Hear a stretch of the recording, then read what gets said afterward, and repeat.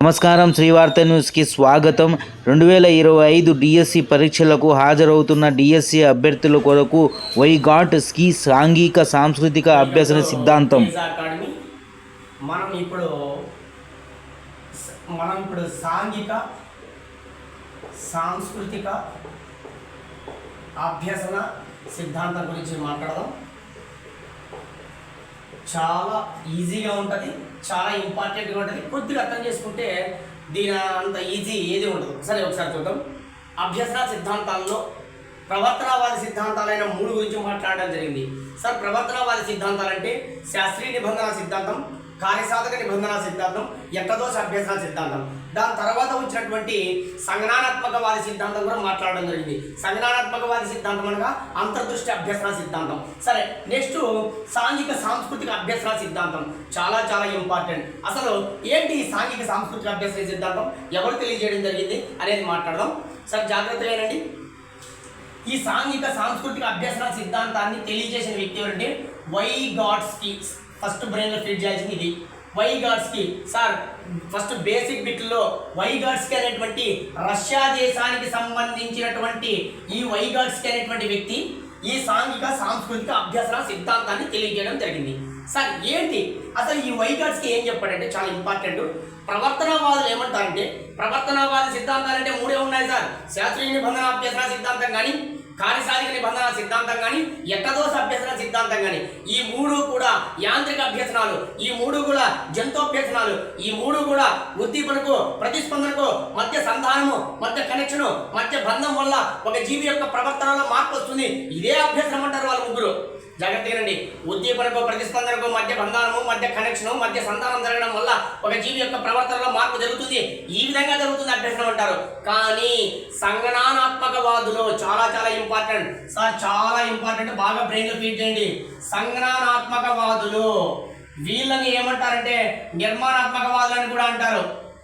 బాగా బ్రెయిన్లో ఫీడ్ చేయండి సార్. సంజ్ఞానాత్మకవాదులు లేదా నిర్మాణాత్మకవాదులు వీళ్ళు ఏమంటారంటే అభ్యసనం అంటే ప్రవర్తనవాదులు చెప్పినట్లు ఉద్దీపనకు ప్రతిస్పందనకు మధ్య సంధానము, మధ్య కనెక్షను, మధ్య బంధం ఏర్పడడం వల్ల అభ్యసనం జరగదు.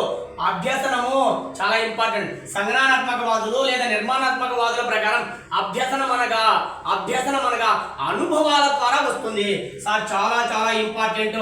అభ్యసనం అనేది సంజ్ఞానాత్మకవాదులు లేదా నిర్మాణాత్మకవాదుల ప్రకారం అనుభవాల వల్ల వస్తుంది. సార్, సంజ్ఞానాత్మకవాదులు అనగా అభ్యసనం అనేది కేవలం జంతువుల్లో మాదిరిగా ఉద్దీపన ప్రతిస్పందన వల్ల జరగదు.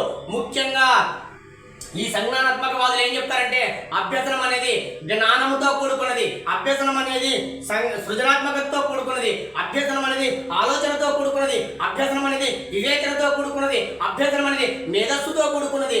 ఈ విధంగా ఉంటేనే, ఈ విధంగా ఆలోచిస్తేనే, ఈ విధంగా వివేచిస్తేనే, ఈ విధంగా సృజనాత్మకత చేస్తేనే అభ్యసనం జరుగుతుందని చెప్పేది ఎవరంటే సంజ్ఞానాత్మకవాదులు. సార్, చాలా ఇంపార్టెంట్. ఇవన్నీ జరగాలంటే ముందుగా జ్ఞాన నిర్మాణం జరగాల. సార్, నిర్మాణాత్మకవాదుల ప్రకారం జ్ఞాన నిర్మాణము చాలా చాలా ఇంపార్టెంట్. సార్, అభ్యసనం అనగా సంజ్ఞానాత్మకవాదం ఏం లేదు సార్. సంజ్ఞానాత్మకవాదం అంటే అంతర్దృష్టి అభ్యసన సిద్ధాంతం, ఒక సంజ్ఞానాత్మక సిద్ధాంతం. ఎందుకంటే దాన్ని సార్ అంతర్దృష్టి జరగాలంటే నీలో పర్సెప్షన్, మీలో ప్రత్యక్ష వ్యవస్థాపన జరగాలంటే ఆలోచన ఉండాలా, వివేచన ఉండాలా, సృజనాత్మకత ఉండాలి, అంచెలంచెలుగా ఆలోచించేటువంటి సామర్థ్యం ఉండాలి. ఉంటేనే ఆ విధమైన సంజ్ఞానాత్మక చర్యలు జరిగితేనే నీలో అభ్యసనం జరుగుతుందని చెప్తారు. అదే విధంగానే వైగాట్స్కీ కూడా అదే మాట మాట్లాడతాడు. ఖచ్చితంగా సంజ్ఞానాత్మకత ఉంటేనే నీలో అభ్యసనం జరుగుతుంది. అనగా నువ్వు ఆలోచించే సామర్థ్యం ఉండాలా, అనగా నువ్వు వివేచించే సామర్థ్యం ఉండాలా, అనగా నీలో సృజనాత్మక సామర్థ్యం ఉండాలా, నీలో మేధస్సుతో కూడినటువంటి ఆలోచన ఉంటేనే నువ్వు ఖచ్చితంగా జ్ఞాన నిర్మాణం జరుగుతుంది. అందులో భాగంగానే వీళ్ళు నిర్మాణాత్మకవాదాన్ని ప్రకటించడం జరిగింది. సార్, నిర్మాణాత్మకవాదుల ప్రకారం అభ్యసనం అనగా జ్ఞాన నిర్మాణం. ఈ జ్ఞాన నిర్మాణం ఎలా జరుగుతుంది సార్? ఏమిలే, ఈ జ్ఞాన నిర్మాణం అనుభవాల వల్ల జరుగుతుంది. చాలా చాలా ఇంపార్టెంట్. ప్రతి శిశువులోను పుట్టుకతో కొన్ని నిర్మాణాలు ఉంటాయి, పుట్టుకతో తన మెదడులో కొన్ని నిర్మాణాలు ఉంటాయి. అవేంటో మళ్ళీ మాట్లాడతాం సార్. వీళ్ళు ఏమంటారంటే, నిర్మాణాత్మకవాదులు ఏమంటారంటే, ప్రతి శిశువు పుట్టుకతో కొన్ని అంటే జననంతోనే అనగా అనువంశికంగానే కొన్ని శక్తులు ఉంటాయి. ఆ శక్తులు ఆధారంగా చేసుకుని వివిధ రకాల శిశువు కృత్యాల్లో పాల్గొన్నప్పుడు కొత్త రకమైనటువంటి అనుభవాలు వస్తాయి. ఈ అనుభవాలు అనగా కృత్యంలో పాల్గొన్నటువంటి అనుభవాలు, గతంలో పుట్టుకతో వచ్చిన అనుభవాలు, ఈ రెండూ కూడా సమన్వయం జరిగి మళ్ళీ చెప్తున్నా సార్. జ్ఞాన నిర్మాణం సార్, నిర్మాణాత్మకవాదుల ప్రకారం అభ్యసనం అనగా జ్ఞాన నిర్మాణం సార్. జ్ఞాన నిర్మాణం ఎట్లా జరుగుతుంది సార్? కొత్త అంశాలు ఏ విధంగా నేర్చుకుంటారు? శిశువు పుట్టుకతో కొన్ని అంశాలు వచ్చుంటాయి, శిశువు పుట్టుకతో కొన్ని సామర్థ్యాలు వచ్చుంటాయి. ఈ సామర్థ్యాలు వాడు కృత్యాలలో పాల్గొన్నప్పుడు, వాడు అనుభవాల్లో పాల్గొన్నప్పుడు కొత్త రకమైన అంశాలు లేదా కొత్త అనుభవాలు వస్తాయి. ఈ అనుభవాలు గతంలో ఉన్నటువంటి పుట్టుకతో వచ్చిన ఈ సామర్థ్యాలు, ఈ రెండు సమన్వయం జరిగి ఈ రెండు కలిసిపోయి ఒక సరికొత్తమైనటువంటి జ్ఞాన ప్రపంచాన్ని సృష్టించుకుంటాడు. ఈ విధంగా జరిగేది అభ్యసనం అంటారు సార్. బ్రెయిన్ లో ఫీడ్ చేయండి. సంజ్ఞానాత్మకవాదులు అంటే ఎవరంటే, జ్ఞానము, ఆలోచన, వివేచన, సృజనాత్మకత, సామర్థ్యం ఉన్న వాళ్ళని సంజ్ఞానాత్మకత ఉన్నవాళ్ళు అని అంటారు. ముఖ్యంగా అంతర్దృష్టి అభ్యసనం కానీ, ఈ వైగాస్కి సాంఘిక సాంస్కృతిక అభ్యసన సిద్ధాంతాలు కానీ సంజ్ఞానాత్మకవాదానికి సంబంధించినవి సార్. సంజ్ఞానాత్మకవాదం అంటే అభ్యసనం జరగాలంటే నీకు జ్ఞానం ఉండాలి, అభ్యసనం జరగాలంటే నువ్వు ఆలోచించాలి, అభ్యసనం జరగాలంటే నువ్వు వివేచించాలి, అభ్యసనం జరగాలంటే నీకు మేధస్సు ఉండాలి. ఇది సంజ్ఞానాత్మకవాదం సార్. అసలు అభ్యసనం ఏ విధంగా జరుగుతుంది? నిర్మాణాత్మకవాదం ప్రకారం జరుగుతుంది సార్. నిర్మాణాత్మకవాదం అంటే ఏంటి? అభ్యసనం అంటే జ్ఞాన నిర్మాణం సార్. అభ్యసనం జ్ఞాన నిర్మాణం వల్ల జరుగుతుంది. మరి ఈ జ్ఞాన నిర్మాణం ఎట్లా జరుగుతుంది అంటే, శిశువు పుట్టుకతోనే కొన్ని సామర్థ్యాలు వస్తాయి. ఈ సామర్థ్యాలను ఆధారంగా చేసుకుని శిశువు కొన్ని కృత్యాలలో పాల్గొంటాడు, కొన్ని అంశాలలో పాల్గొంటాడు. ఈ పాల్గొన్నప్పుడు వచ్చిన అనుభవాలు, ప్రారంభంలో వచ్చినటువంటి సామర్థ్యాలు, ఈ పుట్టుకతో వచ్చిన సామర్థ్యాలు, ఈ కృత్యాల్లో పాల్గొన్నప్పుడు వచ్చినటువంటి అనుభవాలు రెండూ కలిసిపోయి, రెండూ సమన్వయమై ఒక సరికొత్తమైనటువంటి జ్ఞాన ప్రపంచాన్ని, సరికొత్తమైనటువంటి జ్ఞాన అంశాలను సృష్టించుకుంటాడు. ఈ విధంగా జరుగుతుంది అభ్యసనం అని ఈ వైగాట్స్కి లేదా అంతర్దృష్టి అభ్యసనాన్ని తెలియజేసినటువంటి కోహ్లర్ తెలియజేయడం జరిగింది సార్. 1-2 సార్లు జాగ్రత్తగా రండి సార్. ప్రవర్తనవాదుల ప్రకారం అభ్యసనం ఎట్లా జరుగుతుందంటే, ఉద్దీపన, ప్రతిస్పందనల మధ్య సంధానం జరుగుతుంది. కానీ సంజ్ఞానాత్మకవాదులు మరియు నిర్మాణాత్మకవాదుల ప్రకారం అభ్యసనం అనేది అసలు ఉద్దీపన ప్రతిస్పందన వల్ల జరగదురా, అది యాంత్రిక అభ్యసనం రా. ఖచ్చితంగా దేని వల్ల జరుగుతుందంటే, శిశువు పుట్టుకతో కొన్ని అంశాలు ఉంటాయి. ఆ అంశాలు వాడు కృత్యాల్లో పాల్గొన్నప్పుడు ఈ కొత్తగా వచ్చిన అనుభవాలు ఈ రెండు కలిసిపోయి ఒక సమన్వయం చేసుకుని ఒక సరికొత్త జ్ఞాన ప్రపంచాన్ని సృష్టిస్తాడు. ఈ విధంగా జరుగుతుంది అభ్యసనం అంటారు. ఇది సంజ్ఞానాత్మకవాదం సార్. NCF 2005కు ఆధారభూతమైనది నిర్మాణాత్మకవాదం సార్. నిర్మాణాత్మకవాదంలో శిశువే పాల్గొంటాడు, శిశువే స్వయంగా పాల్గొంటాడు, శిశువే కృత్యాల్లో పాల్గొంటాడు, వాడే స్వయంగా అభ్యసిస్తాడు. ఇది నిర్మాణాత్మకవాదం గురించి 1-2 సార్లు జాగ్రత్తగా ట్రేస్ అవుట్ చేసుకోండి. సరే, మరి వైగాట్స్కి గురించి మాట్లాడదాం. ఈ వైగాట్స్కి ఏం చెప్తాడంటే, రష్యా దేశానికి సంబంధించిన వ్యక్తి. ఈయన 2 గ్రంథాలు రచించడం జరిగింది సార్. నేను ఈ వైగాట్స్కి ఈ పాఠ్యాంశం చెప్పేంత వరకు మీరు మందు గుర్తుపెట్టుకోండి సార్. విస్కీ మందు గుర్తుపెట్టుకోండి సార్. విస్కీ వైగాట్స్కి కదా, విస్కీ గుర్తుపెట్టుకోండి. రష్యా దేశంలో విస్కీ బాగా అమ్ముతారని గుర్తుపెట్టుకోండి సార్. ఈ వైగాట్స్కి అనగా రష్యా గుర్తుపెట్టు. ఈయన రచించిన గ్రంథాలు 2 ఉన్నాయి సార్. ఆ 2 గ్రంథాలు ఏంటంటే, తల గుర్తుపెట్టుకోండి సార్. మందు తాగితే తల తిరుగుతుంది సార్. మందు గురించి మాట్లాడుతున్నా మీకు ఓవరాల్ ఈ వైగాట్స్ కంటే మొత్తం మందు గురించి ఒక ఇన్ఫర్మేషన్ వచ్చేస్తుంది సార్. జాగ్రత్తగా వినండి. తల అని గుర్తుపెట్టుకోండి సార్. తల అని గుర్తుపెట్టుకోండి, చాలా ఇంపార్టెంట్. తల చాలా ఇంపార్టెంట్, బాగా జాగ్రత్తగా అర్థం చేసుకోండి. తల 2 గ్రంథాలు ఉన్నాయి సార్. తలలో ఈ తాల్ గుర్తుపెట్టుకోండి. తాల్ అంటే ఈ తలలో 2 ఉన్నాయి కదా, ఈ దీంట్లో థాట్ అండ్ లాంగ్వేజ్ సార్. తల అనేటువంటి ఒక కోడ్ గుర్తుపెట్టుకోండి. వైగాట్స్కి రచించిన గ్రంథాల్లో తల సార్. తలలో టీ అంటే థాట్, ఏ అంటే and language sir. Thought and language.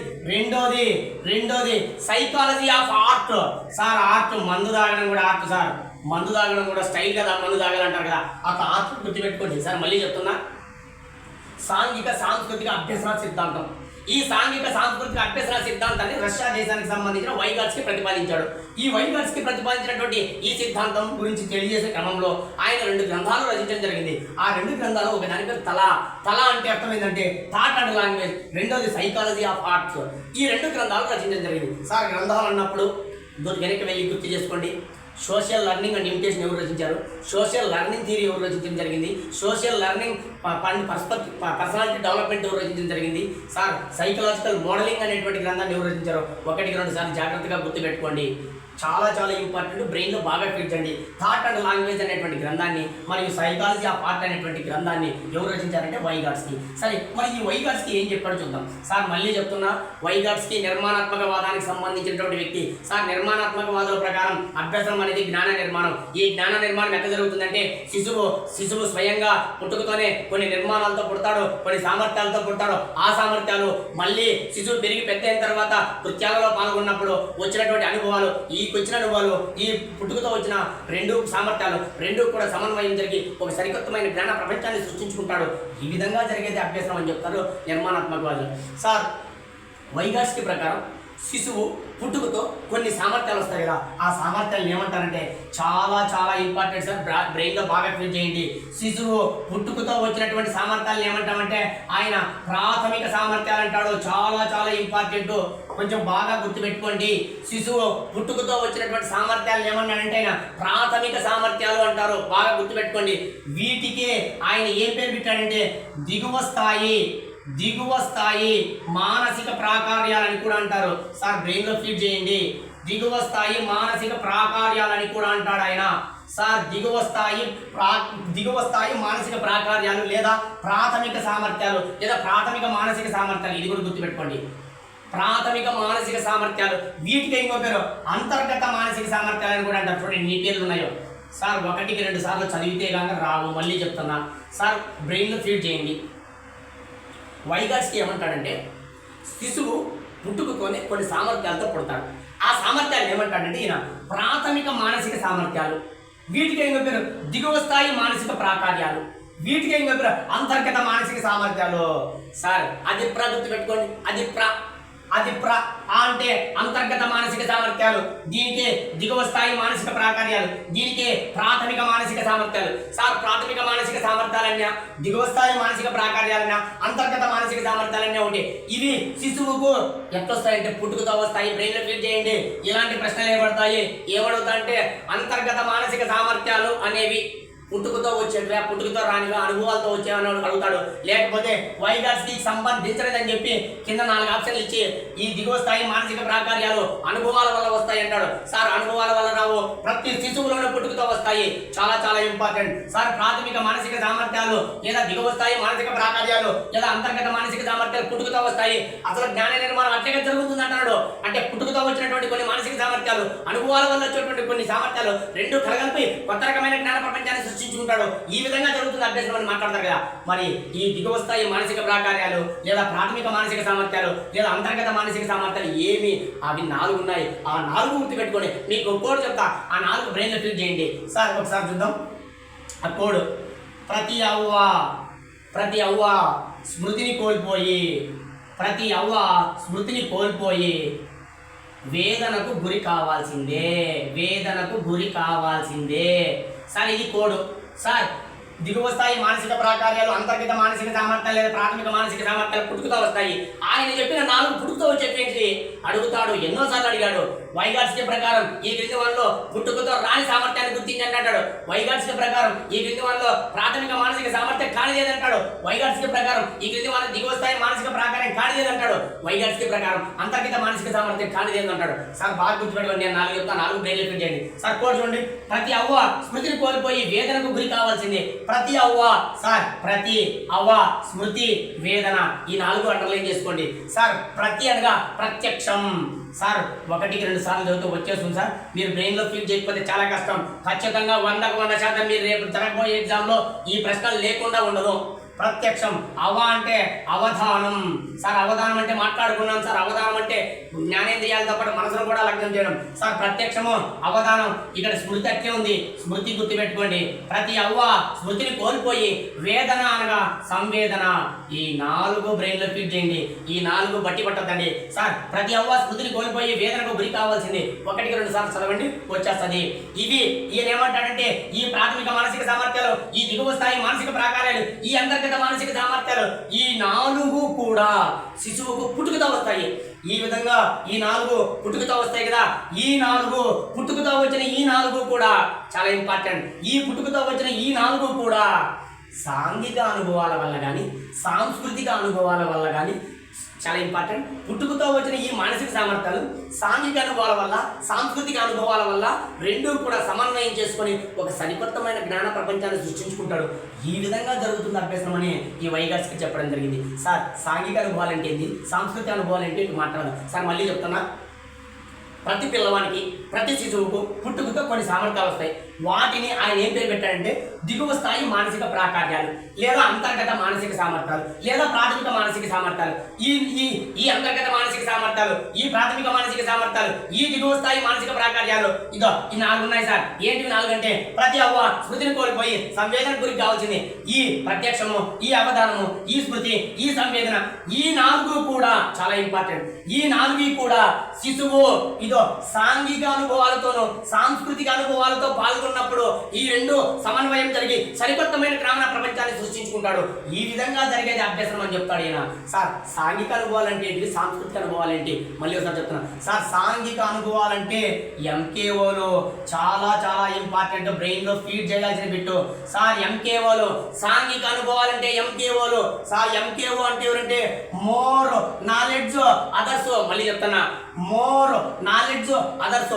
సాంఘిక అనుభవాలంటే more knowledge others sir. More knowledge others అంటే అర్థం ఏంటంటే మనకంటే శిశువు కంటే ఎక్కువ జ్ఞానాన్ని పొందిన వాళ్ళను ఎంకేఓలు అంటారు సార్. శిశువు మనకంటే శిశువు కంటే ఎక్కువ జ్ఞానాన్ని పొందిన వాళ్ళని ఏమంటారు, ఎంకేఓలు అంటారు. ఎంకేఓ అంటే more knowledge others sir. MKO అనే పదాన్ని సృష్టించింది ఎవరు, వైగాట్స్కి సార్. విస్కీ తాగాలంటే మనకంటే ముందు తాగే వాళ్ళు మనకు నేర్పిస్తారు అని గుర్తుపెట్టుకోండి. వాళ్ళు ఎవరంటే ఎంకేఓలు సార్. మళ్ళీ చెప్తున్నా, శిశువు దిగువ స్థాయి మానసిక ప్రాకార్యాలు, శిశువులో ఉన్నటువంటి అంతర్గత మానసిక సామర్థ్యాలు, శిశువులో ఉన్న ప్రాథమిక మానసిక సామర్థ్యాలు అయినటువంటి అవధానము, ప్రత్యక్షము, స్మృతి, సంవేదనలు, ఈ 4 ఈ శిశువు సాంఘిక అనుభవాలతో కానీ సాంస్కృతిక అనుభవాలతో కానీ సమ్మిళితం జరిగి ఒక సరికొత్తమైన జ్ఞాన ప్రపంచాన్ని సృష్టించుకుంటాడు. ఆ విధంగా ఈ సాంఘిక అనుభవాలంటే సాంఘిక అనుభవాలను ఎవరు ఏర్పాటు చేస్తారు, సాంఘిక అనుభవాలను ఎవరు ఇస్తారంటే ఈ శిశువులో ఉన్నటువంటి ఈ 4 ఏం చేస్తారంటే సాంఘిక అనుభవాలు అనగా ఎంకేఓలు ఇస్తారు సార్. ఎంకేఓలు అంటే ఎవరంటే మోర్ నాలెడ్జ్ అదర్స్ అనగా శిశువు కంటే ఎక్కువ జ్ఞానాన్ని పొందిన వాళ్ళని ఎంకోవాలంటారు. వాడిస్తాడు అనుభవాలు, వాడిస్తే దాన్ని సాంఘిక అనుభవాలు అంటారు సార్. సంఘంలో ఉన్నటువంటి వ్యక్తులు, సంఘంలో ఉన్నటువంటి అత్యధిక నాలెడ్జ్ కలిగి ఉన్న వాళ్ళు సార్, ఈ ఎంకేఓలు శిశువుకు ఒక్కొక్కసారి తండ్రి కావచ్చు, ఒక్కొక్కసారి తల్లి కావచ్చు, ఒక్కొక్కసారి గురువు కావచ్చు, ఒక్కొక్కసారి సమవయస్కుడు కావచ్చు, ఒక్కొక్కసారి తన స్నేహితుడు కావచ్చు సార్. ఈరోజు ఈ ఎంకేఓల వల్లనే ఈ శిశువు సరికొత్త జ్ఞాన ప్రపంచాన్ని సృష్టించుకుంటున్నాడు. బ్రెయిన్ లో బాగా ఫీల్ చేయండి. పుట్టుకతో వచ్చిన ఈ 4 సాంఘిక అనుభవాల వల్ల సార్. సాంఘిక అనుభవాలు అనగా సంఘంలో ఉన్నటువంటి వ్యక్తులు ఇచ్చేటువంటి జ్ఞానము, ఇచ్చేటువంటి అనుభవం, దాన్ని ఏమంటామంటే ఎంకేఓలు అంటారు. ఈ ఎంకేఓలను ఏమంటామంటే మోర్ నాలెడ్జ్ అదర్స్ అంటారు. వీళ్ళు ఇచ్చేటువంటి అనుభవాలను అనగాని ఈడిచ్చేటువంటి అనుభవాలతో ఆల్రెడీ ఇంతకు ముందు ఉన్నటువంటి ప్రాథమిక సామర్థ్యాలతో ఈ 2 సమన్వయం చేసుకుని ఒక సరికొత్త జ్ఞాన ప్రపంచాన్ని సృష్టించుకుంటాడు. ఈ విధంగా జరుగుతుంది అభ్యసనం అని వైగాట్స్కి చెప్తాడు సార్. ఓకే, సాంఘిక అనుభవాలు అంటే అర్థమైంది. మరి సాంస్కృతిక అనుభవాలు అంటే ఏంటి సార్? అదే ప్రాథమిక సామర్థ్యాలని ఈ 4 ఒకవేళ సాంఘిక అనుభవాలు లేదనుకో సాంస్కృతిక అనుభవాల వల్ల కూడా అభ్యసనం జరుగుతుంది సార్. సాంస్కృతిక అనుభవాలు అంటే ఏంటివి చూడండి. జర్నల్స్, పత్రికలు అనుకోండి, సాహిత్యాలు, సాహిత్యాలు అట్లాంటివి అనుకోండి సార్. ఎన్సైక్లోపీడియాలు సార్, యూట్యూబ్లో సార్, ఫేస్బుక్లో సార్, గూగుల్లో ఇట్లాంటి వాటి వల్ల కూడా అనుభవాలు వస్తాయి కదా. ఈ ప్రాథమిక సామర్థ్యాలు, ఈ సాంస్కృతిక అనుభవాలు రెండూ కూడా సమన్వయం చేసుకొని సరికొత్త జ్ఞాన ప్రపంచాన్ని సృష్టించుకుంటాడు. ఈ విధంగా జరిగేది అభ్యసనం అంటారు. మళ్ళీ చెప్తున్నా సార్, ప్రతి శిశువులోనూ పుట్టుకతో కొన్ని అంతర్గత మానసిక సామర్థ్యాలు వస్తాయి. వీటిని ప్రాథమిక మానసిక సామర్థ్యాలు లేదా దిగువ స్థాయి మానసిక ప్రాకార్యాలు అంటారు. ఈ దిగువ స్థాయి మానసిక ప్రాకార్యాలు, ఈ అంతర్గత మానసిక సామర్థ్యాలు, ఈ ప్రాథమిక మానసిక సామర్థ్యాలు పుట్టుకతో శిశువు వస్తాయి. ఆ 4 ఉన్నాయి. అవి వచ్చి ప్రతి అవ్వ స్మృతిని కోల్పోయి వేదన గురి కావాల్సిందే. ఆ 4 ఏంటంటే ప్రత్యక్షము, అవధానము, స్మృతి, సంవేదన. ఈ 4 సాంఘిక అనుభవాల వల్ల కానీ సాంస్కృతిక అనుభవాల వల్ల కానీ చాలా ఇంపార్టెంట్. ఈ 4 సాంఘిక అనుభవాల వల్ల కానీ సాంస్కృతిక అనుభవాల వల్ల కానీ రెండూ కూడా సమన్వయం జరిగి అనగా పుట్టుకతో వచ్చేటవి వీటి వల్ల రెండు సమన్వయం జరిగి సరికొత్తమైన జ్ఞాన ప్రపంచాన్ని సృష్టించుకుంటాడు. ఈ విధంగా జరుగుతుంది అభ్యసనం అని మాట్లాడతారు సార్. సాంఘిక అనుభవాలు ఎవరు ఇస్తారంటే ఎంకేఓలు ఇస్తారు. ఎంకేఓలు అంటే ఎవరంటే మోర్ నాలెడ్జ్ అదర్స్ అంటే మనకంటే ఎక్కువ జ్ఞానాన్ని పొందిన వాళ్ళు. సార్ సాంస్కృతిక అనుభవాలంటే మళ్ళీ చెప్తున్నా సార్, జర్నల్స్, సాహిత్యాలు, ఎన్సైక్లోపీడియాలు, యూట్యూబ్లు, ఫేస్బుక్లు, గూగుల్లో ఇలాంటివన్నీ కూడా సాంస్కృతిక అనుభవాలే.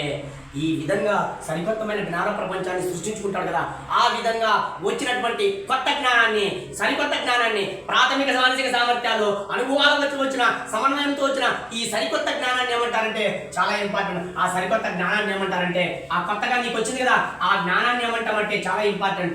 వాటిని మేధోపరమైన వ్యూహాలు చాలా ఇంపార్టెంట్. మేధోపరమైన వ్యూహాలు సార్ 1-2 సార్లు చేయండి. వీటికి ఉన్నత స్థాయి మానసిక సామర్థ్యాలు అంటారు. చూడండి ఎన్ని పేర్లు ఉన్నాయో సార్. ఏమీ లేదు, 1-2 సార్లు చదివితే అర్థమవుతుంది సార్. పట్టుకొని పోతే ఎగ్జామ్ హాల్లో కష్టము సార్. మళ్ళీ చెప్తున్నా, దిగువ స్థాయి మానసిక ప్రాకార్యాల నుండి సాంఘిక అనుభవాలు లేదా సాంస్కృతిక అనుభవాలతో సమన్వయం చేసుకోవడం వల్ల వచ్చిన సరికొత్త జ్ఞాన ప్రపంచాన్ని, వచ్చినటువంటి జ్ఞానాన్ని ఏమంటామంటే మేధోపరమైన వ్యూహాలు లేదా ఉన్నత స్థాయి మానసిక సామర్థ్యాలు అంటారు. ఏమిలే, దిగువ అంటే పుట్టుకతో వస్తుంది, నువ్వు కొత్తగా పొందిన చూడు, దాన్ని ఉన్నత స్థాయి మానసిక సామర్థ్యాలు లేదా మేధోపరమైన వ్యూహాలు. సార్ ఉమాని గుర్తుపెట్టుకోండి. ఉమా అంటే ఉన్నత స్థాయి మానసిక సామర్థ్యాలు లేదా మేధోపరమైన వ్యూహాలు అని కూడా అంటారు. ఈ పదాలు వాడింది ఎవరంటే వైగాట్స్కి. రేపు మీకు ఎగ్జామ్లో అందరూ పట్టుకోమంటాడు. రేపు ఏమడుగుతుంటే ఉన్నత స్థాయి మానసిక ప్రాకార్యాలు లేదా ఉన్నత స్థాయి మానసిక సామర్థ్యాలు అనే పదాన్ని వాడింది ఎవరు? వైగాట్స్కి. గుర్తుకు రావాలి సార్. సార్ మళ్ళీ చెప్తున్నా, మేధోపరమైన వ్యూహాలు అంటే ఏంటంటే పుట్టుకతో వచ్చిన ప్రాథమిక మానసిక సామర్థ్యాలు, సాంఘిక అనుభవాలు, సాంస్కృతిక అనుభవాలు, ఈ రెండింటి కలగడం వల్ల వచ్చినటువంటి కొత్త రకమైన సామర్థ్యాలను మేధోపరమైన వ్యూహాలు లేదా ఉన్నత స్థాయి మానసిక సామర్థ్యాలు అంటారు. సార్ ప్రతి శిశువు పుట్టుకతో వచ్చిన ప్రాథమిక సామర్థ్యాలతో అభ్యసనం జరగలేడు.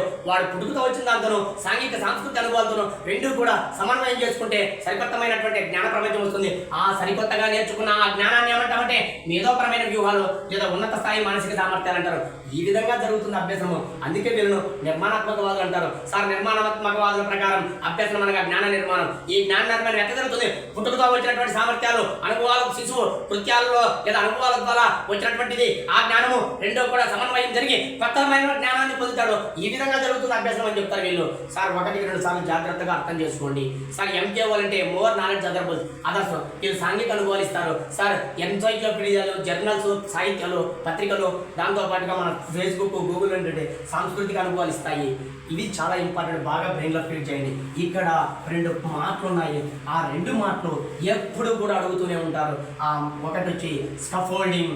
సార్ బ్రెయిన్లో బాగా ఫీడ్ చేయాలా. దీన్ని ఇంకో పదము సార్వా. బ్రెయిన్లో ఫీడ్ చేయాల్సిందే స్కఫోల్డింగ్. రెండోది వచ్చి ZPD.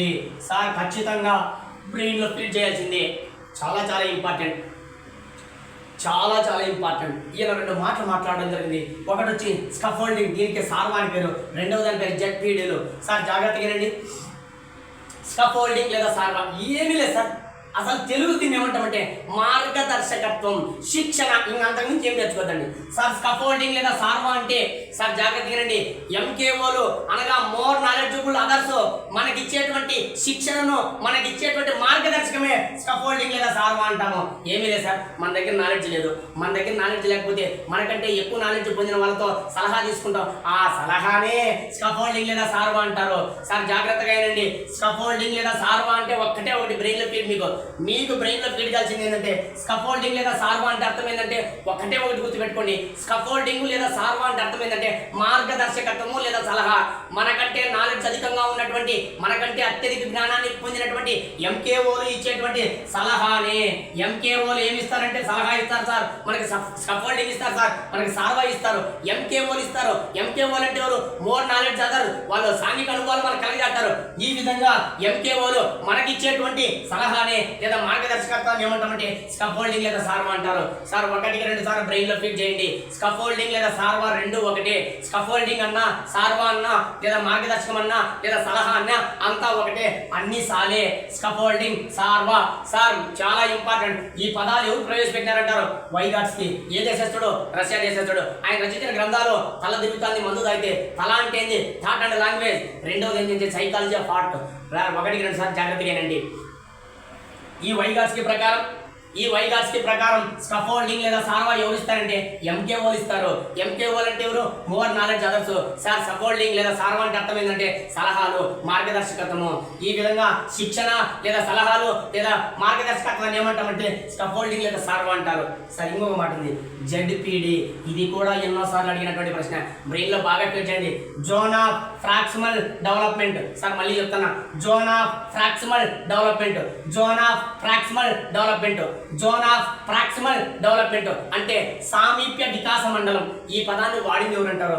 వైగాట్స్కి. సార్ ఏంది సార్ జెడ్పీడీలు అంటే? సార్ జాగ్రత్తగా రండి, జెడ్పీడీలు అంటే ఏంది లేదా జోన్ ఆఫ్ ప్రాక్సిమల్ డెవలప్మెంట్, దీన్నే సామీప్య వికాస మండలం అంటే ఏంది ఒకసారి గుర్తుపెట్టుకున్నాం. సార్ మనము శిశువు సొంతంగా పొందిన జ్ఞానానికి, సార్ మళ్ళీ చెప్తున్నా, శిశువు సొంతంగా పొందిన జ్ఞానానికి, సొంతంగా పొందే జ్ఞానానికి మరియు ఎంకేఓలు ఇచ్చేటువంటి శిక్షణ వల్ల పొందిన జ్ఞానానికి మధ్య ఉన్న ఈ గ్యాప్నే జెడ్పీడీ అంటారు. సార్ మళ్ళీ చెప్తున్నా, శిశువు సొంతంగా పొందిన జ్ఞానానికి మరియు ఎంకేఓలు ఇచ్చేటువంటి స్కఫోల్డింగ్ వల్ల ఎక్కువ జ్ఞానాన్ని పొందుతాము, అత్యధికంగా పొందుతాము.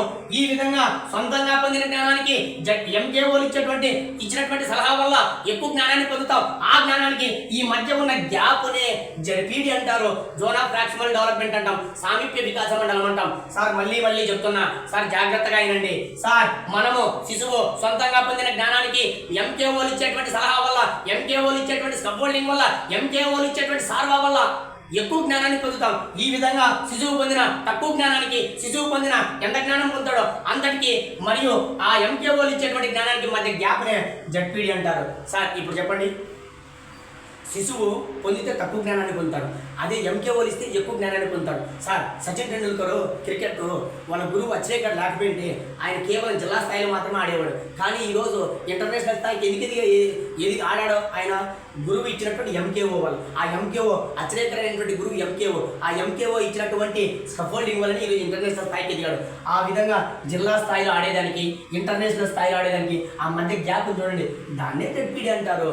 సార్ మనం డిఎస్సిలో సొంతంగా నేర్చుకుంటే మనకు ఉదాహరణకు ఒక 80 ఎడ్జిట్కి 80కి ఒక 60 మార్కులు తెచ్చుకుంటాం అనుకోండి. ఒకవేళ శిక్షణ వల్ల ఎంకేఓల వల్ల అంటే మీకంటే నాలెడ్జ్ అధికంగా ఉన్నటువంటి నేను కావచ్చు, లేకపోతే ఇంకొక గురువు కావచ్చు, లేకపోతే ఇంకొక వ్యక్తి కావచ్చు, వాళ్ళు ఇచ్చేటువంటి శిక్షణ వల్ల మీకు ఉదాహరణకు 70 మార్కులు తెచ్చుకున్నారనుకో, ఈ రెండింటి మధ్య గ్యాప్ చూడండి, ఈ గ్యాపే జెడ్పీడీ, zone of proximal development.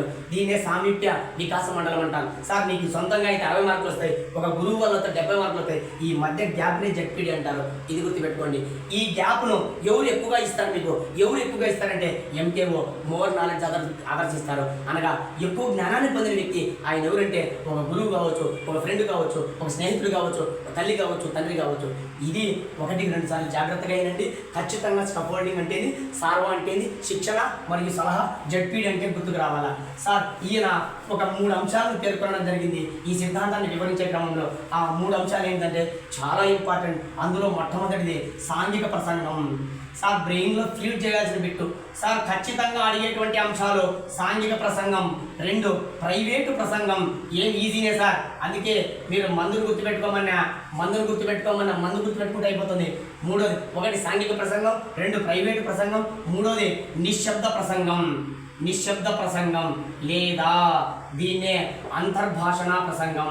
Sir 1-2 సార్లు చదవండి, నన్ను అడిగితే చాలా సులభంగా మీకు అర్థవంతంగా అవుతుందని అనుకుంటున్నా. ఒకసారి జాగ్రత్తగా చదివితే దీంట్లో క్లిష్టమైన అంశాలు ఏమి లేవు. సార్ చూద్దాం. సార్ మందు తాగినాం. సార్ మందు తాగేటప్పుడు మొదటిసారిగా మందు ఎక్కింది, తలకి ఎక్కుతానే వాడు ఏం చేస్తాడు? గట్టిగా వదులుతాడు. సంఘంలో, సమాజంలో ఎవరినా వాడి పనిలో వాడు వదులుతూనే ఉంటాడు. ఈ విధంగా సాంఘిక ప్రసంగం అంటే ఎగ్జాంపుల్ చెప్తున్నా. సాంఘిక ప్రసంగం అంటే 2 సంవత్సరాల వయసులో ఉన్న పిల్లవాళ్ళకు ఉండేది సాంఘిక ప్రసంగం. సార్ 2 సంవత్సరాల నుండి చూడండి, ఎప్పుడు వాళ్ళ అమ్మతోనో, వాళ్ళ నాన్నతోనో, వాళ్ళ అన్నతోనో, వాళ్ళ తమ్ముతోనో ఏదో ఒకటి మాట్లాడుతూనే ఉంటాడు. అందుకే అంటుంటాను, ఒరే ఎందుకు అట్లా వదులుతున్నావు అంటే వాడు మాట్లాడుతూనే ఉంటాడు. సాంఘిక ప్రసంగం అంటే నిరంతరం శిశువు అనుభవాల కోసం ఇంట్లో ఉన్నటువంటి అమ్మతోనో, నాన్నతోనో, అన్నతోనో, తమ్ముతోనో ఎప్పుడు ఏదో ఒకటి మాట్లాడుతూనే ఏదో ఒకటి అడుగుతూనే ఉంటాడు. ఇటువంటి ప్రసంగాన్ని సాంఘిక ప్రసంగం అంటారు. సార్ శిశువు కృత్యాల్లో పాల్గొనాలి కదా, ఆ పాల్గొనే క్రమంలో వాడు ఏం చేస్తున్నాడు? 2 సంవత్సరాల శిశువు సాంఘిక ప్రసంగం చేస్తున్నాడు. సార్ మందు తాగితే 2 గంటలకు మందు తాగినామని గుర్తుపెట్టుకోండి. ఆ మందు తాగడం వల్ల 2 గంటల నుంచి వదులుతున్నాము, 2 గంటల నుంచి చుట్టూ ఉన్న వాళ్ళతో గట్టిగా మాట్లాడుతున్నాం. ఇదే సాంఘిక ప్రసంగం అని గుర్తుపెట్టుకోండి. సార్ 2వ చూడండి, ప్రైవేట్ ప్రసంగం. ఇంకా చూడండి, ప్రైవేట్ అంటే నువ్వు ఒక్కరివే. మామూలుగా పర్సనల్ అంటాం కదా. ప్రైవేట్ అంటే నీ చుట్టూ ఎవరు ఉండరు సార్, అమ్మ ఉండదు, నాన్న ఉండదు, నువ్వు అంతకు నువ్వే ఒక బొమ్మ తీసుకుంటావు, బొమ్మ తీసుకుని నువ్వు అంతకు నువ్వే మాట్లాడుకుంటూ ఉంటావు. సార్ నీ చుట్టూ ఎవరు ఉండరు, మీ అమ్మ ఉండదు, మీ నాన్న ఉండదు, అన్న ఉండడు, తమ్ముడు ఉండడు, బొమ్మ తీసుకుని నువ్వంతకు నువ్వే మాట్లాడుతూ ఉంటావు. ఇది ఎన్నో సంవత్సరాలు జరుగుతుందంటే 3 సంవత్సరాల వయసులో జరుగుతుంది. సార్ శిశువు ఎందుకు సార్ ఈ ప్రైవేట్ ప్రసంగం ఎందుకు సార్ వాడిలో వాడే మాట్లాడుకుంటా అంటే సెల్ఫ్ డైరెక్షన్ కోసం, స్వీయ నియంత్రణ కోసం వాడంతకు వాడే మాట్లాడతారు. ఈ విధంగా శిశువు 3 సంవత్సరాల వయసులో జరిగేటువంటి ప్రసంగాన్ని ప్రైవేట్ ప్రసంగం. సార్ 2 గంటలకు ఫుల్గా మందు తాగేసినాం, గంట సేపు బాగా గట్టిగా మాట్లాడేసినాం, ఇక మాట్లాడే ఓపిక లేదు, చుట్టూ ఎవరు లేదు, మనం వదిలేసి వెళ్ళిపోయినారు. 3 గంటలకు మనలో మనమే మాట్లాడుకుంటాను. ఇది ప్రైవేట్ ప్రసంగం. సార్ 2 గంటలకు మందు తాగినాం, బాగా గట్టిగా మాట్లాడుతున్నాం, సంఘంలో అందరూ ఉన్నారు, మన అందరూ చూసి ఈ మామూలు మందు తాగినాడని చెప్పి వదిలేసి వెళ్ళిపోయినారు. ప్రైవేట్ ప్రసంగం, ఎవరు లేరు కాబట్టి మనందరికి మనమే మాట్లాడుకుంటున్నాం.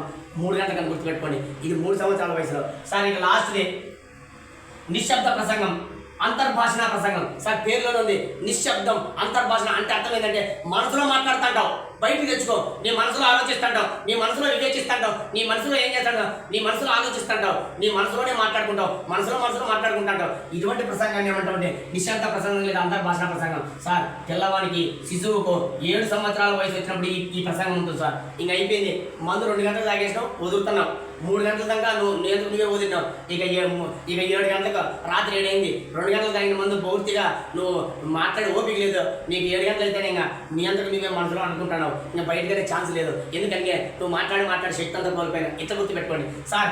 ఏం లేదు సార్, ఫస్ట్ సంఘంలో మాట్లాడతావు, అమ్మా నాన్నలతో మాట్లాడతావు, 2 సపరేట్గా మాట్లాడతావు, నువ్వు ఒకరిగా మాట్లాడతావు, ఇక 3వది నువ్వు మాట్లాడే ఛాన్స్ ఉండదు, నీ మనసులోనే మాట్లాడుకుంటుంటావు. దీన్ని నిశ్శబ్ద ప్రసంగం లేదా అంతర్భాషణ ప్రసంగం. సార్ 1కి 2 సార్లు జాగ్రత్తగా రండి. 2 సంవత్సరాలు, 3 సంవత్సరాలు, 7 సంవత్సరాల వయసులో ఈ విధమైన ప్రసంగం ఉంటుంది. ఇది వైగాట్స్తో చెప్పింది. ఇక నెక్స్ట్ ఈ సాంఘిక సాంస్కృతిక అభ్యసన సిద్ధాంతం వల్ల వచ్చినటువంటి 2 బోధనలు ఉన్నాయి, చాలా ఇంపార్టెంట్. ఆ బోధనలు ఏంటంటే, ఒకటి పరస్పర బోధన, రెండవది ఏంటంటే భాగస్వామ్య బోధన. ఈ 2 బోధనలు గుర్తుపెట్టుకోండి సార్. ఒకటి వచ్చి పరస్పర బోధన, 2 వచ్చి భాగస్వామ్య బోధన. సార్ 1కి 2 సార్లు జాగ్రత్తగా అర్థం చేసుకోండి. మళ్ళీ చెప్తున్నా, సులభమైనటువంటిదే కానీ ప్రశ్నకి మాత్రం గ్యారంటీ. సార్ పరస్పర బోధన అంటే ఏంటంటే సార్ ఉపాధ్యాయులు, సార్ ఇక్కడ కనపడింది కాబట్టి ఉపాధ్యాయులు గుర్తుపెట్టుకోండి. పాన్ లింక్ అవుట్ చేసుకోండి. ఎందుకు చెప్తున్నా అర్థం చేసుకోండి సార్. పరస్పర బోధన అంటే ఉపాధ్యాయులు విద్యార్థులు కలిసి పరస్పరం జరుపుకునేటువంటి బోధన లేదా అభ్యసనం. సార్ పరస్పర బోధన అంటే ఉపాధ్యాయులు ఉంటారు, విద్యార్థులు ఉంటారు, ఇద్దరూ కలిసి ఒక అంశాన్ని అభ్యసిస్తే దాన్ని పరస్పర బోధన అంటాం. సార్ మళ్ళీ చెప్తున్నా సార్, ఉపాధ్యాయులు ఉంటారు, విద్యార్థులు ఇద్దరు కూడా ఉంటే ఒక సమూహంగా ఏర్పడి అభ్యసిస్తే దాన్ని పరస్పర బోధన అంటారు. సార్ ఒక ఉపాధ్యాయుడు 4 లేదా 5 మంది విద్యార్థులు. ఇక్కడ చూడండి, భాగస్వామ్య బోధనలో ఉపాధ్యాయుడు కేవలం విద్యార్థులు మాత్రమే ఉంటారు, కేవలం విద్యార్థులు మాత్రమే అభ్యసిస్తారు, కేవలం విద్యార్థులు మాత్రమే అభ్యసిస్తారు. సార్ ఈ పరస్పర బోధనలో ఉపాధ్యాయులు మరియు విద్యార్థులు కలిసి ఏం లేదు సార్, సింపుల్గా ప్రశ్నిస్తారు, ప్రశ్నించుకుంటారు, ప్రాగుప్తీకరించుకుంటారు. ఇవి అవసరం లేదు మీకు. ఏం చేస్తారని ఇవ్వడం జరిగింది. ప్రాగుప్తీకరించడం, ప్రశ్నించడం, సంక్షిప్తీకరించడం అవసరం లేదు సార్, జస్ట్ చెప్తున్నా. సంక్షిప్తీకరించడం, స్పష్టీకరించడం, ఈ 4 చేస్తారంట. ఇవేం అవసరం లేదు, జస్ట్ ఉంటే వినండి సార్. ఈ పరస్పర బోధన అంటే మళ్ళీ ఒకసారి చెప్తున్నా, ఉపాధ్యాయులు విద్యార్థులు పరస్పరం కలిసి ఒక అంశాన్ని నేర్చుకుంటే పరస్పర బోధన. సార్ భాగస్వామ్య బోధన అంటే కేవలం విద్యార్థులు మాత్రమే. సార్ గుర్తుకు రావాలి మీకు. ఇప్పుడు చెప్పండి మీరు, కార్యక్రమయుత అభ్యసనం ఏ సిద్ధాంతం వల్ల సార్? కార్యసాధక నిబంధన సిద్ధాంతం. సార్ ఫ్రేములుగా విడగొడతారు. సార్ మర్చిపోద్దండి, అంతర్దృష్టి అభ్యసన సిద్ధాంతం వల్ల ముఖ్యంగా కోహ్లర్ చెప్పింది ఏంది సార్? సమగ్రాకృతి, ఒక అంశాన్ని పూర్తిగా నేర్చుకోవడం, దాన్నే గెస్టాల్ట్ వాదం అని గుర్తుపెట్టుకోండి సార్. మళ్ళీ కూడా కోహ్లర్ అంతర్దృష్టి అభ్యసన సిద్ధాంతం వల్ల వచ్చినటువంటివి గుర్తుకు రావాలా? నాకు తెలిసి ఒక కోడ్ చెప్పిన అప్రాస గుర్తుపెట్టుకోమన్నా సార్. ఒకసారి గుర్తు చేయండి, గుర్తుపెట్టుకోండి. అంటే కోహ్లర్ అంతర్దృష్టి అభ్యసన సిద్ధాంతం వల్ల వచ్చిన బోధనలో అన్వేషణ పద్ధతి, ప్రాణగా ప్రాజెక్టు పద్ధతి, సానగా సమస్య పరిష్కార పద్ధతి, ఈ 3 కోహ్లర్ అంతర్దృష్టి అభ్యసన సిద్ధాంతం వచ్చిన ఫలితాలు. సార్ భాగస్వామ్య బోధన, పరస్పర బోధన వైగాట్స్కి వల్ల వచ్చినవి.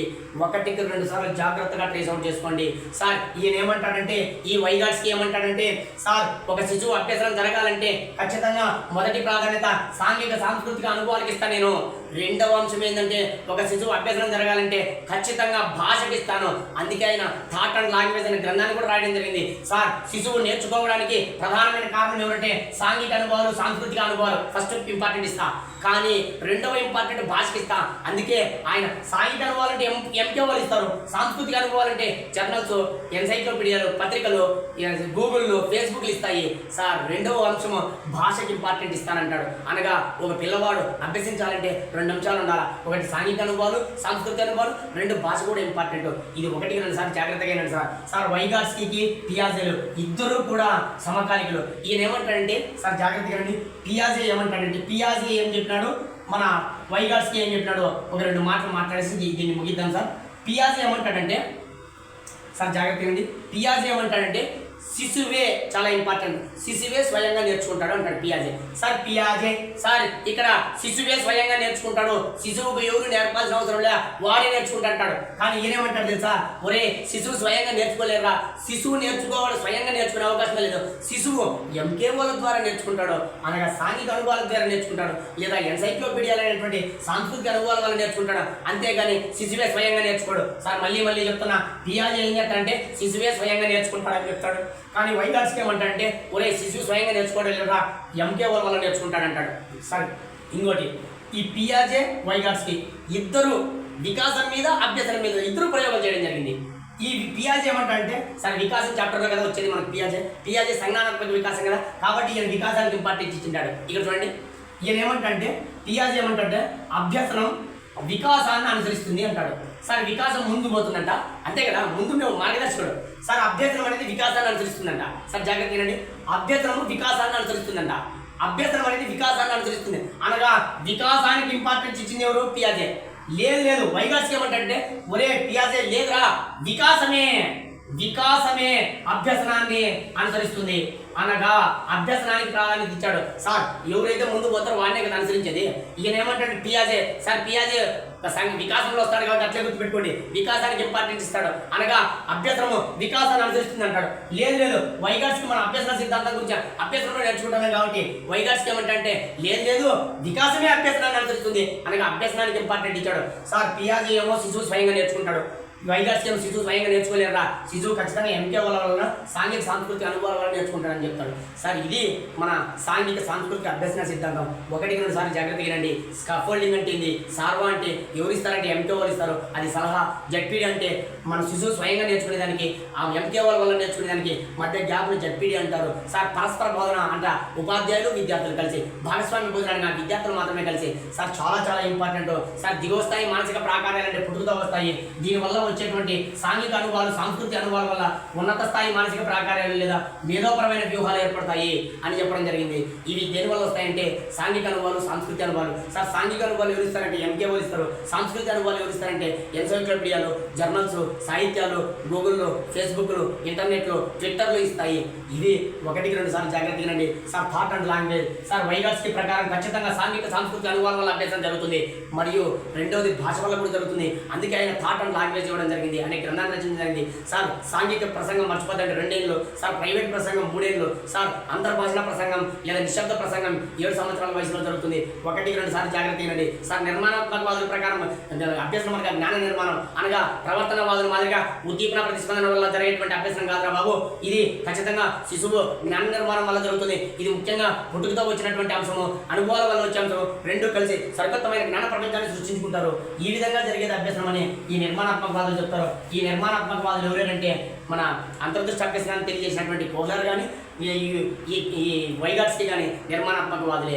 1-2 సార్లు జాగ్రత్తగా అర్థం చేసుకోండి. సార్ పియాజే వికాసానికి ప్రాధాన్యత ఇస్తే మన ఈ వైగాట్స్కీ మాత్రం అభ్యసనానికి ప్రాధాన్యత ఇస్తాడు. ఆయన అభ్యసనం వికాసాన్ని అనుసరిస్తుందంటే లేదు ఆ వికాసమే అభ్యసనాన్ని అనుసరిస్తుందని ఏం చెప్తాడు, శిశువు స్వయంగా నేర్చుకుంటాడని పియాజే చెప్తే లేదు శిశువు స్వయంగా నేర్చుకోలేడు, వాడు ఖచ్చితంగా ఎంకే వలన సాంస్కృతిక అనుభవాల వల్ల నేర్చుకుంటాడని చెప్పడం జరిగింది. సార్ 1-2 సార్లు జాగ్రత్తగా వినండి. నీట్గా ఒక నోట్స్లో ఒక పేపర్లో రాసుకొని ఎగ్జామ్ పోయే ముందు తిప్పండి, ఖచ్చితంగా మనకు బిట్టు పక్క అవ్వదు. Okay, thank you.